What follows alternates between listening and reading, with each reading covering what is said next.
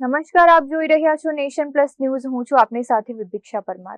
Vadodara airport ખાતેથી મુસાફરો અને ટેક્સી ચાલકો માટે લાભદાયી એવી સ્વદેશી પહેલ ભારતીય ટેક્સી સેવાનો શુભારંભ કરવામાં આવ્યો છે. કેન્દ્રીય ગૃહ અને સહકારિતા મંત્રીના માર્ગદર્શન હેઠળ શરૂ કરાયેલા આ પાયલોટ પ્રોજેક્ટથી મુસાફરોને કિફાયતી દરમાં સુરક્ષિત મુસાફરી મળશે.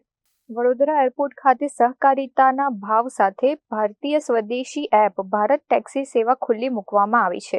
એરપોર્ટ ખાતે યોજાયેલા આ લોન્ચિંગ પ્રસંગે Vadodara traffic DCP J I. Vasava, ACP D M. Vyas, airport director, CISF assistant commander Anil Kumar Singh અને ભારત ટેક્સીના ક્લસ્ટર મેનેજર કમલ કિશોર સિંહ ખાસ ઉપસ્થિત રહ્યા હતા.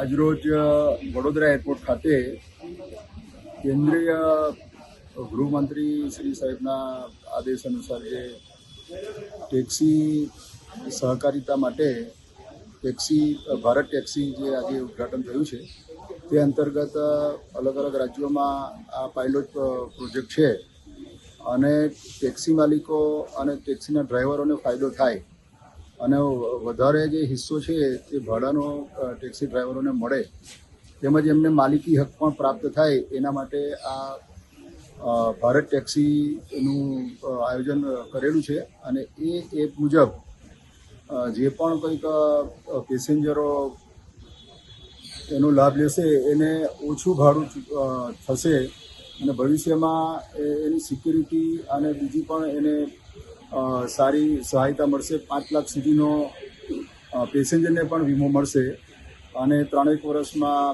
આ પાયલોટ પ્રોજેક્ટ ભારતભરમાં એક આપણા સ્ટાર્ટઅપ ઇન્ડિયા કે દેશી તરીકે આપણી જે એપ છે, આપણી પોતાના ભારત દેશની એપ છે, એનો વધુમાં વધુ નાગરિકો ઉપયોગ કરે અને સેફ્ટી સુરક્ષા સાથે એક સુરક્ષાનું ભાવના અને સારા પ્રવાસનું એક માધ્યમ છે. તો એને તમામ વડોદરાવાસીઓ તરત સ્વીકારી લેશે એવી હું આશા અને અપેક્ષા રાખું છું. જય હિન્દ, જય ભારત. અત્રે ઉલ્લેખનીય છે કે આ સ્વદેશી સેવાને આગામી સમયમાં દેશભરમાં તબક્કાવાર રીતે વ્યાપક બનાવવામાં આવશે. વડોદરા એરપોર્ટથી શરૂ થયેલી આ ભારત ટેક્સી સેવા મુસાફરો અને ડ્રાઈવરો બંને માટે નવી આશા લઈને આવી છે. Bureau report, Nation Plus News, Vadodara.